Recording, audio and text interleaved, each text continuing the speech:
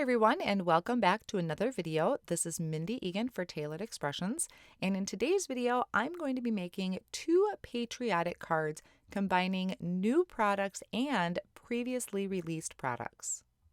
The products that I'll be using today is the Sketched Flag Background, Building Blocks Brave Editions, Over the Rainbow Stamp, On the Block Brave and its coordinating die. I'll also be using the Starstruck die set, which I left all together so I can just die cut it in one easy pass, and also the Make a Rainbow stencil. I also have some gold glitter cardstock, sugar cube, cherry pop, and gumball cardstock. And my inks include blue corn, blueberry, sprinkles, sugar cube, guava, and cherry pop.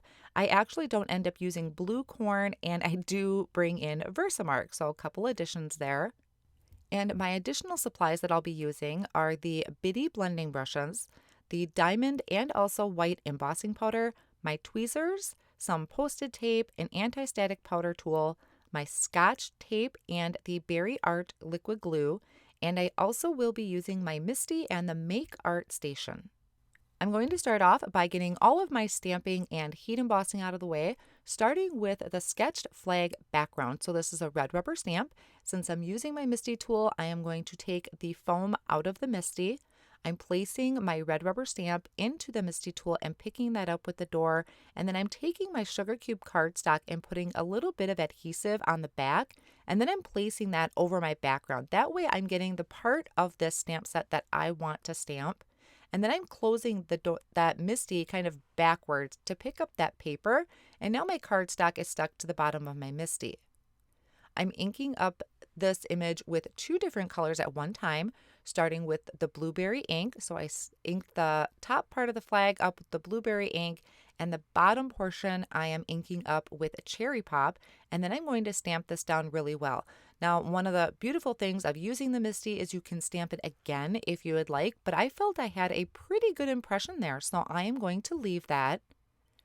And I'm taking my anti-static powder tool, adding some of that to the background and brushing that around. And now after I cleaned my stamp, I'm inking it up with a Versamark ink. And I'm going to stamp that twice to make sure I have that sticky ink all over that stamped image. And then I'm going to sprinkle on the diamond embossing powder. Now what this is going to do is just add a lot of sparkle to it, and kind of a bonus is it's really going to brighten up this background. So it just really makes these colors pop and it looks very, very traditional. I love how this embossing powder works on these backgrounds. So after this is all nice and melted, I'm going to just set this off on the side to cool off for a minute and work on some other stamping. I have another piece of sugar cube cardstock that I'm going to stamp the Brave stamp image onto. Notice I have that lined up kind of in the middle of the cardstock. I'm going to stamp this twice, so I have this first one done in blueberry, and then I'm shifting my cardstock up a little bit, and I'm going to kind of just hover over that area to make sure I have enough room to stamp this and also die cut it out. Now what I'm going to do, this one is going to go on the card that has my sketched flag. So I want to two-tone it like my background is, but I want it opposite. So on my card, I have blue on top, red on bottom.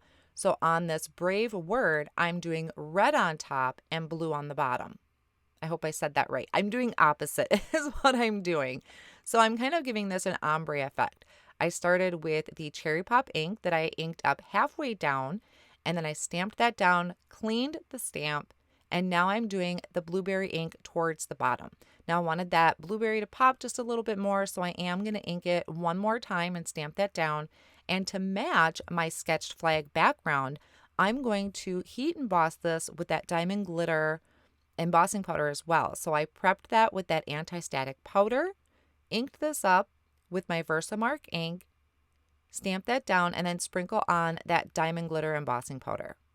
So this is also going to really make this pop off the card. If you ever want to brighten your colors up, you could always use either the glitter or the regular clear embossing powder, and that's really going to bring these colors right to the forefront. So here are my 2 words that are ready to go, and I'm going to put this off on the side and do one more piece of stamping before I move on to die cutting. This is the Building Blocks Brave Editions.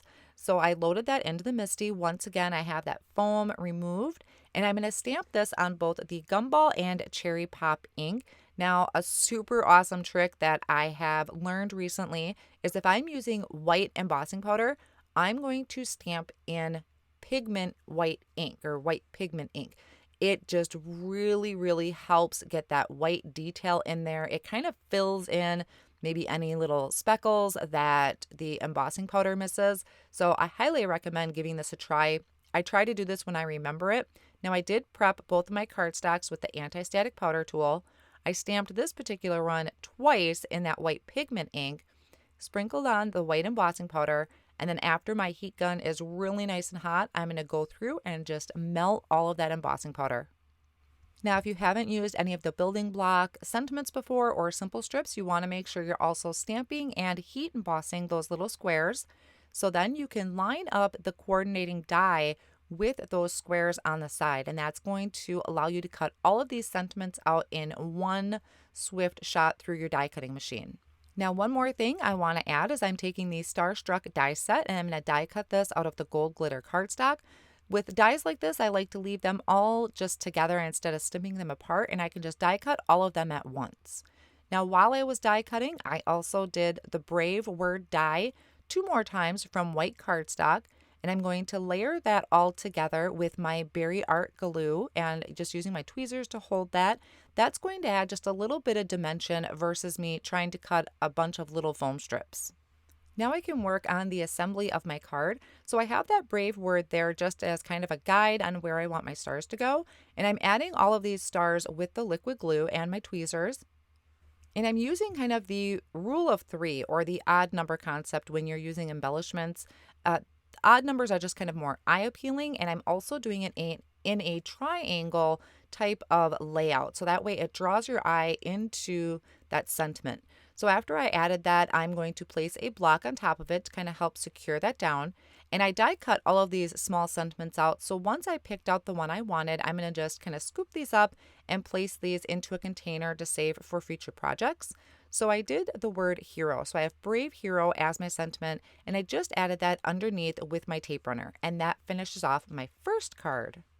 For my second card, which is actually an idea that I got off of a kind of patriotic t-shirt, is I'm using the Make a Rainbow stencil. And I thought this would be really neat to do in the patriotic colors. And I'm doing this on top of that Make Art Station. It's a magnetic piece, and you just place your cardstock on top. I layered the rainbow stencil on top of my sugar cube cardstock. I'm not using the alignment guide because I want my rainbow to be higher up on my card so I have room for my sentiment. And then I just took the magnets that come with it and I placed that on top. This holds this down really well. There's not a lot of intricate areas to this. And I'm starting off by blending on some sprinkles ink. And I'm using the bitty blending brushes to do this. Once I have that first color down, I have another arc in here for my rainbow. So I placed the mask over the bigger one, and I'm doing that second arc in the rainbow with the blueberry ink. Now, in between somewhere, I lost a couple of the masking pieces. So you may see me use some of the rainbow masks, and sometimes you're going to see me just masking off the areas because I lost those pieces. Thankfully, these are very easy to mask off. And I'm also using the bitty blender brushes that are fantastic for areas like this. They really get in those small nooks and crannies, and I don't have to have a ton of ink all over my stencil. So once I had that last arc done in the blue ink, I removed that first stencil, brought in the second layer of the stencil, put on my masked pieces, and this first color I'm blending on is guava. And then I can remove my masks. I'm going to put some Post-it tape over that area, and I'm going to ink blend on Cherry Pop. Now, there wasn't like a huge difference in color between the two, so if I were to do this again, I'd maybe use a little bit lighter of a color and just go over it a couple times, but I still think it looks really cool, and it still was going with the idea that I had to have these kind of multiple layers of or multiple colors in the arches. After all of my colors are ink blended on, I'm just going to remove the stencil with my tweezers and my cardstock is ready to add some stamping to it. Now you could leave it just like this, but I thought it would be really neat to add this over the rainbow stamp set. These are just designs that you can add on top of your rainbow. And notice that it's kind of wonky, which is great. I've always said before, embrace the wonky because it's just really fun. It's very playful, but yet it still has a very serious message to it. So I'm using this first arch, which is a little bit larger. It's kind of going in between my two colors. I'm stamping this in the blueberry ink, and I did stamp that twice. And then I have that second arch here with the little polka dots in it. I just thought that was a really cute design to add to the rainbow. And once again, stamping that down in that blueberry ink. Now we're in the home stretch of putting the card together. So here is the sentiment that I did with the Brave on the Block editions. And I did thanks to the, and I'm adding that with a tape runner right under my rainbow, trying to space that out evenly. And then I have my Brave die cut word that I layered together with white cardstock and added right underneath. And that's going to finish up both of my cards for you today. You can find all of these supplies over at tailoredexpressions.com. Thanks so much for joining me, and I'll see you again soon.